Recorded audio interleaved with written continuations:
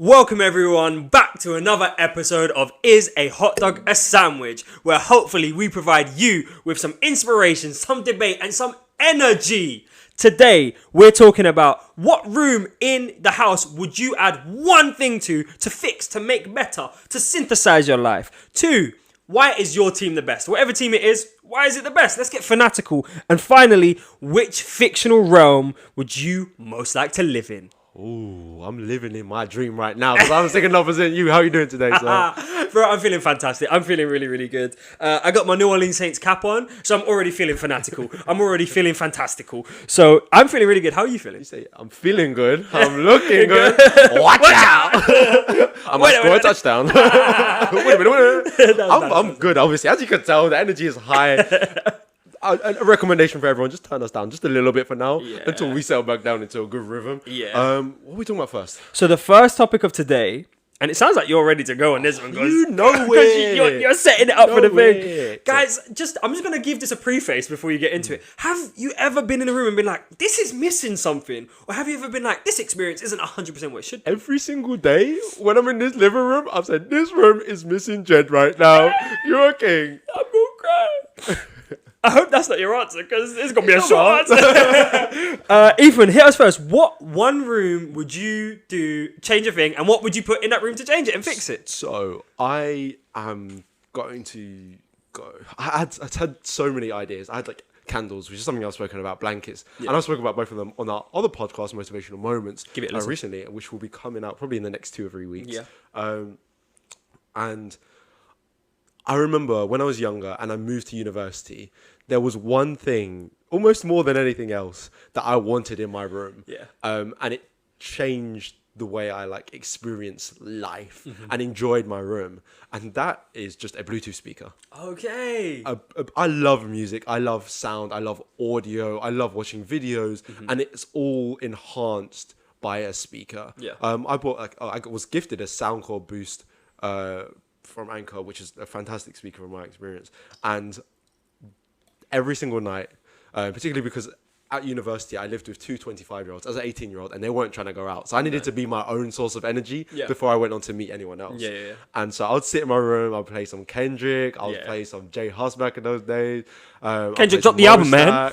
Yeah, Steel Bangles on the rhythm. Yeah. And just vibe and have a couple of drinks and then go on to my friend's house. But my energy was already high. Yeah. And every room that we have, you'll hear me in the morning probably when I'm having my shower. You know I've got waking me up. Really? Yeah. Well, that's news to me today. You'll come home from the gym, right? And it'll be 7:30, 7:45. And I'll know you've come home from the gym because I just hear bangers coming from down the hallway. And I'm like, Ethan's home. And it makes me feel safe and secure. And then I go straight back to bed. I will take this moment to apologise. I didn't realise I was doing it that loud. It's all good, bro. I'll work on my vocals. I'll get them up so at least you get some smooth... I'll play just soul in the morning. Exclusively soul. Erykah Badu. Maybe go back to a little bit of Marvin Gaye. Father, you know what I'm saying? I won't be able to sleep. I won't be able to go back to sleep if you do that. I'll just be like, what are the vibes? So yeah, that's me, speaker. What about you, sir? So this one is actually inspired by you. Ooh. And there's a lot of love in this room clearly today because we're throwing some love back and forth. But this one... Until the next question. Yeah, and then it's going to get real heated. We're lucky our brother Fabian isn't here, who we have the podcast Talks with, who is always on smoke. But on smoke. Until we get to that, the thing that I would do, and I would put in every single room, no matter where I am, no matter where I go, and when I design my house, this is gonna be one of the key features. Oh, I like that. And it's inspired by you, which is I would add strip lighting to the roofs. To the ceiling of every... Along the sides? Yeah. So literally lining the point where the wall meets the ceiling. The perimeter. Yeah, I would put strip lighting. One, because when I worked in Tottenham recently for the NFL games, they have obviously their own NFL locker rooms. I'm sorry I had to go into Tottenham, sir. Yeah, it was a bad time, but we don't want to talk about it too much. You give it an NFL too much grief. It was a good time. And what I found is there's a tablet on the wall. And you can change the lighting in the room to the colours of the teams that are playing. A little bit of mood lighting. Bro, you could change it to any colour. And when you're in a room and all of a sudden it goes dark red, you're like, okay, it's war. It's trouble time. Yeah, we're ready to go. And genuinely, me and you, we're really good at setting the mood, the energy of a space. Yeah. The one thing that you have that the rest of this place is missing is that mood lighting. You know what? In what you've just said there makes me realize I'm not utilizing to its fullest potential. When I wake up in the morning, I need to put that red light on when I'm about to go to the gym. Yeah. Get my danger zone. Get ready. Feeling dangerous. Right, Baker Mayfield. Watch out. Dangerous. Yeah. So I think I'd probably start every day with like a light blue, light pink lighting. And it's like waking up to some warmth, some beautiful colours, and get rolling. What's chuckling? It's just funny that you went to like a really peaceful place, and I went to a really like, let's go crazy. If it's game day, just before game day, before I put on the helmet and the pads with the Warriors, then yeah, definitely it's got to be war colours, 100%. And one feature I love about the strip lighting is that you can kind of put on a gradient, so they change between colours really slowly. I'm not one of those ones that for the ravers out there who go like red, blue, green, orange, white, yellow. I just need that kind of like smooth transition. Yeah. I'll read a book. I might do a reel for motivational moments. Get it all synced up. I'm plugging today. Yeah. Next up. Yeah. So the next question of the day, and it's I think it's the one that we're gonna get most heated about, is why is your team the best? I'm gonna let you go first. Okay, cool. So before I even started, I'll take you guys through the thought process. I was actually gonna go for the Chennai Super Kings, right? Yeah. But then I thought we both support the Chennai Super Kings, so it would be a little bit of my team is and you'd be like, yeah, they're about it, yeah. And especially as we just previously won, we literally won the IPL this month. Or at the end of last month? Within the last month. Either way, MS Dhoni, Mahendra Singh Dhoni captained the Chennai Super Kings to another IPL trophy. And I've recently discovered that we don't have the most, and I'm really upset about it. So I don't want soon come. Next year, we'll equal the Rajasthan Royals, and then we'll take over the year after. But I was like, there's no point talking about them because we're both on the same team. So there's no point. So I'm going to go to the team that I'm wearing, the New Orleans Saints, the Who Dats. Because when I tell you this team is in my heart, there's only one team on this planet that is in my heart more than the New Orleans Saints, and that's the London Warriors. That's the team I play for. Because the New Orleans Saints were my introduction to American football. They were my introduction to the thing that has driven my love, my passion, my energy for the past decade. And a lot of it revolves around one man, and that man's name is Drew Brees.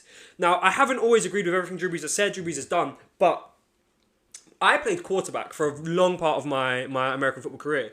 And the reason why I felt confident and empowered and entitled to play that role is because there was a guy who's 5'11", 5'10". I know it says 6 foot on his stat sheet, but he's not.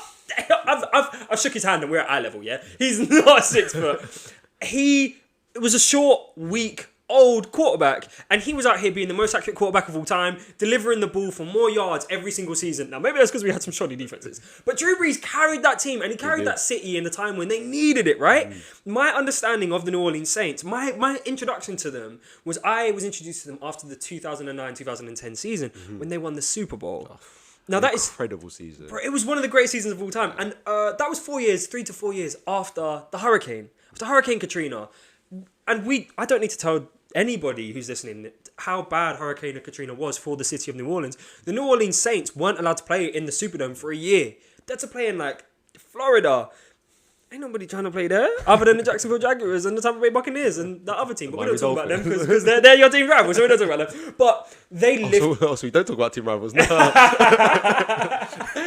We'll see how far we go when you talk about yours. Let's flash back to a few weeks ago when you started. I might have to get a cap. Came in on a jet. I might have to get a cap when you start. Oh, you think that's still in this house? Just threw that out the window. But they carried a city in a moment when the city and the people of New Orleans needed it the most. And I will never, ever get over that. I'm not even from New Orleans, but I see a lot of Lewisham and a lot of South London in New Orleans, right? And that's one of the reasons why I connected to it so much, as well as the very short quarterback. So I see me living there. And to see that team put the city on their back, win a Super Bowl, and to carry that pride, that passion, and that party that you can only find down there in the Bayou, in the Big Easy, it's just something different. You go to the Superdome and it's a party. So that's why my team is the best team. Who that said they're going to beat them Saints, baby? Probably everyone this season. We are 5-4. Thank you very much. 5-3. For now. 5-3. We have a good winning record. Thank you very much. I think we have this. Well, no, you got a better winning record than us this season. How dare you? But I ain't talking about that team. We played each other. Anyway, go on. Yeah, and you put us in the dirt. Oh, you talk about him? I was coming with something different, yeah? Because I was like, you know what? I'm going to throw Jed completely off. Okay. And I'm going to talk about a team that he doesn't even associate with me. Oh, no. And I was going to talk about the Celtics. Oh, my God. And I was going to link it in because the Celtics have the four-leaf clover. Yeah. And I was going to link it back to the greatest rapper alive, Kendrick Lamar. Kendrick. Top of the morning. Top of the morning. Because they had the most wins, the most titles. They got Bill Russell, Larry Bird, KG, Paul Pierce, The Truth. Yeah. Green looks great. And Green looks great. Yeah. Is that coming out of your mouth? Boston. Green is great. That's coming out of your mouth. On the Celtics. And Celtic Rangers as well. Yeah. But in your speech, it really pulled at my heartstrings. Yeah. And I was like, I don't have that emotional tie to this team. This is just the team I look at. I'm like, oh, they're cool. I enjoy them. I enjoy supporting them. So I have to go back to my childhood. I have to go back to my first love. And I know you're not a big fan of blue, but this is a lighter blue. It's not a navy blue. It's more of a royal blue. And that is Chelsea Football Club. The greatest team in the world. I'm going to say that. He said it. When I supported Chelsea, we were pre-Champions League Chelsea. We were just about pre-Abramovich. Yeah. And we were the up-and-coming team, the upstarts, the Viali. We had won an FA Cup a few years ago, and we'd taken on Desai, Melchiot, Graham Lasso for a period of time, Hasselbank, Good Johnson, and one of my favourite players of all time, Gianfranco Zola. Shout out to any Italians out there. Yeah. This man was a magician with his feet, and he scored some of the most ridiculous goals in an era where people weren't doing like crazy acrobatics. They were just working with their feet. Yeah. I remember one reason why I really love Chelsea is because they weren't the best team, but they had the potential to be. Yeah. And then we followed in your footsteps. So you had the invincible season, Arsenal.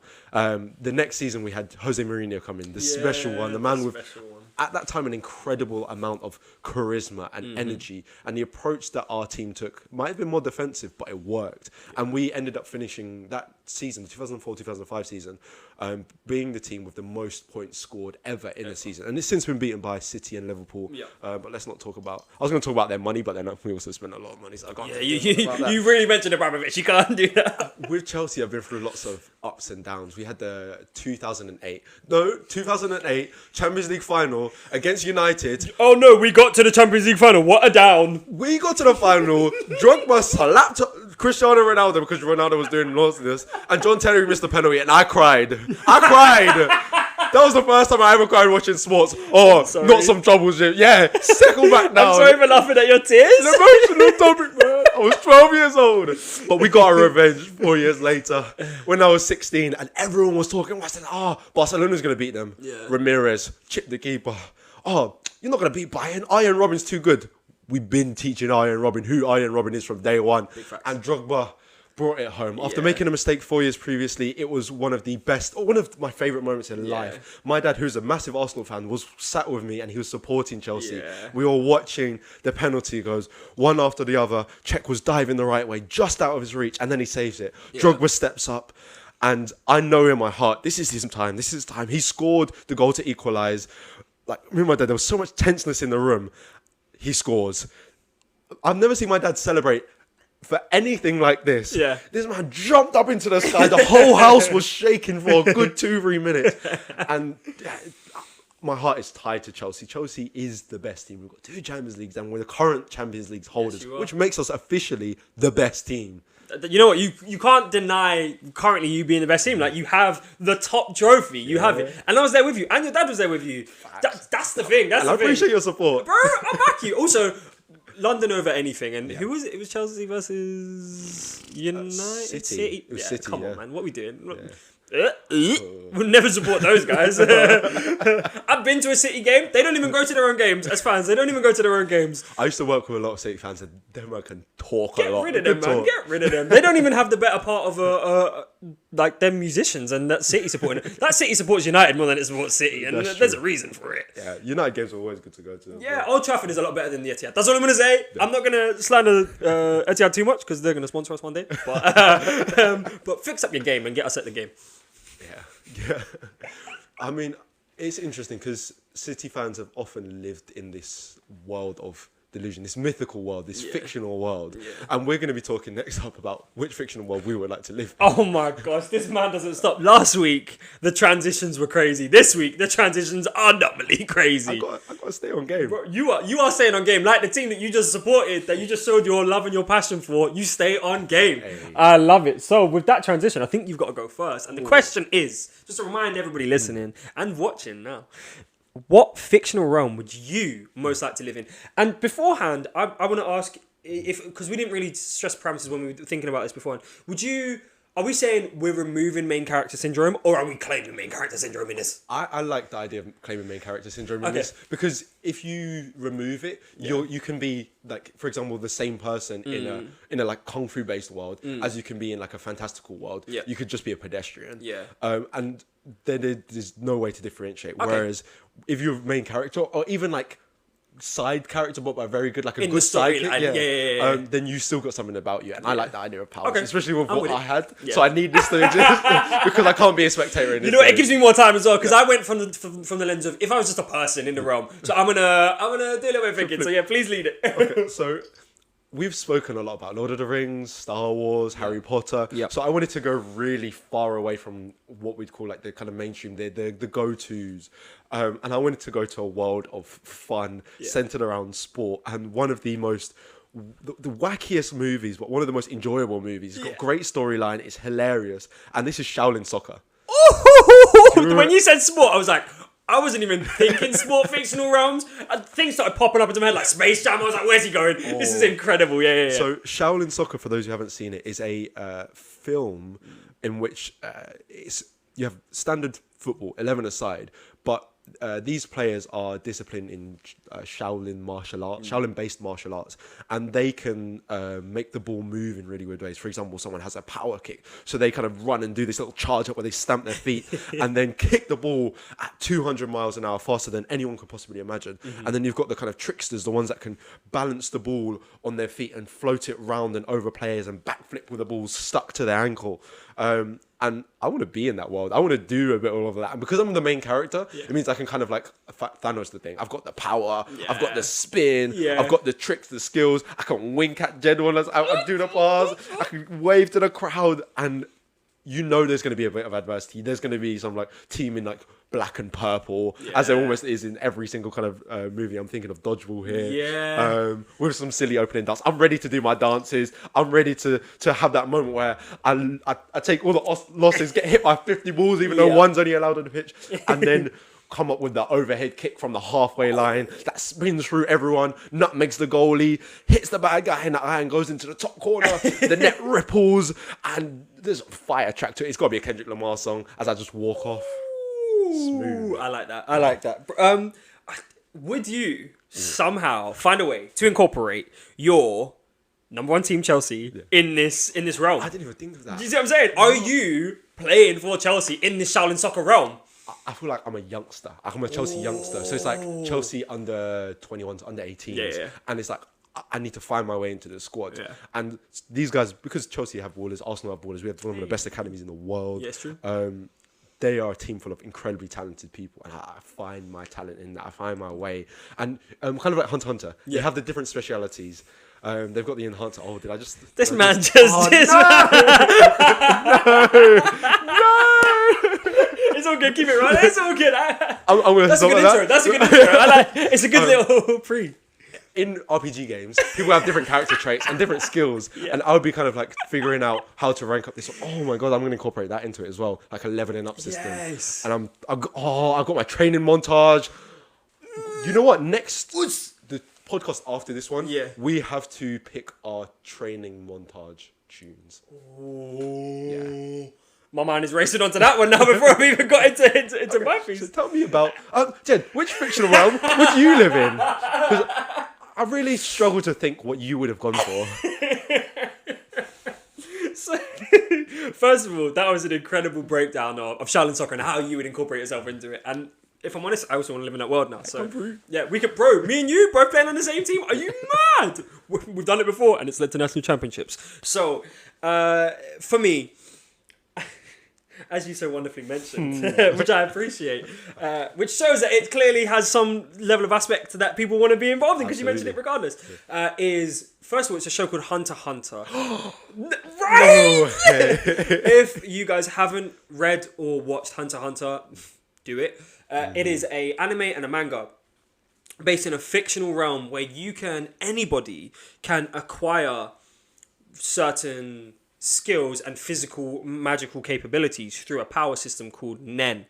And you can harness that Nen and it can manifest in one of a few different ways. You can become physically stronger. You can enhance your skill set, your original skill set. So if you're able to enhance, you get faster, you get stronger, your reactions speed up, things like that. You can be a manipulator where you can manipulate things around you. So for example, if you were to start a fire from a what are they called? A lighter, that's the one. I was like, what is that? You could engross that fire, engorge that fire and make it bigger and then manipulate it to move like a wave or something like that. Those are just two examples. There are other ways that you can do magic in this world, but the thing that I liked about it, because I wasn't thinking from like a main character where I was like, how would I just like to exist, is to exist in that realm because anybody can do it because the hunter exam to become a hunter exists, and this and everybody knows about it and everybody respects hunters because hunters are probably the most prestigious job you can have in this world, right? Absolutely. And hunters are acquired. They go through this rigorous test where, sometimes nobody even passes this test. You can get 3,000 people do it. Sometimes nobody passes it. Sometimes just one. The most they've ever had is like 10 people pass it out of 3,000 in a year. So it's a very, very tough, rigorous test. And then when you get to the other side, you learn about these magical capabilities called Nen, where you can, as I said, do magical things. But not only is that magical, the fact that there are these fantastical beasts. There are these cartoonistic beasts that are almost a little bit like a Pokemon kind of realm. You can just find magical creatures that sometimes can talk, sometimes can do crazy things. There's a island that's also a video game. Oh yeah, that's incredible. Right? Stuff like that is anything. I feel like anything can happen in this realm. But also you can, your version of self-mastery has unknown limits. Because once you find out what your Nen capabilities are, you can just work them forever. And you find new characters in the universe as we go through the series, where you're like, I didn't even know this was possible. And then next thing you know, you've heard about this whole new world that exists. So yeah, it would be Hunter x Hunter for one of those many reasons. So I'm gonna put you on the spot here. Okay. And I think we've spoken about this before. Yeah. I'm gonna say specialist aside. Yeah. Which one trait or skill would you go for? Was it you've got enhancer, conjurer, manipulator, and there's one other. There are two others. Because there's one 6 of them overall specialists? regardless. Oh, Yeah, there's 6 overall regardless specialists. I've actually forgotten the other two, which is atrocious. Well, I guess you got to pick for. That's my favourite. But I think we spoke about it before, and I chose enhancer. Yeah. Because one, I would love to play sports at an enhanced level. I would love to have super speed. I think super speed is so underrated. And if I'm honest, the Flash in DC is probably my favourite hero outside of Batman. Are you willing to plug yourself into a charge port to charge yourself up? like Kilowatt. Oh, I wasn't gonna give anything away. But spoiler alert. That's such an obscure thing. It doesn't have a right to this. It's okay. Don't worry about it.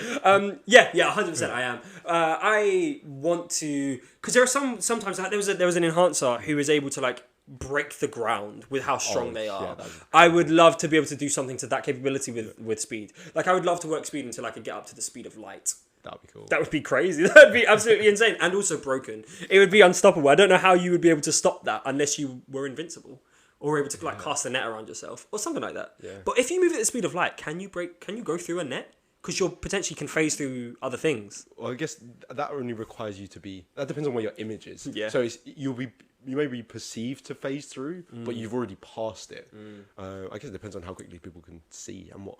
They're not ready. They're not ready for us. Unless they've got eyesight at the speed of light. It's a wrap. That's true. So that's that. So that's the realm that I would like to live in. I think. That's wonderful. I think also imagine if we combined the two realms, Shaolin Soccer and Hunter x Hunter. Imagine like you being like a manipulator. Yeah. I'm manipulating the ball while I'm like running at the speed of light down the wing. There's that episode where I don't volleyball know, in Greed Island, yeah, which is very. That is almost Shaolin Soccer version of volleyball. So yeah. Dodgeball. Sorry, not volleyball. Yeah. Yeah, it's crazy.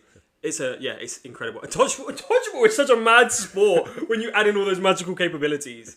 Yeah, I can't imagine. We got to do it. We got to work it out somehow. I don't know how, but we got to do it. Virtual reality. We'll join the metaverse and we'll do it in there. Immediately. Yeah, I'm Sounds down. good. Mark Zuckerberg, sign us up for some Scanning. yeah.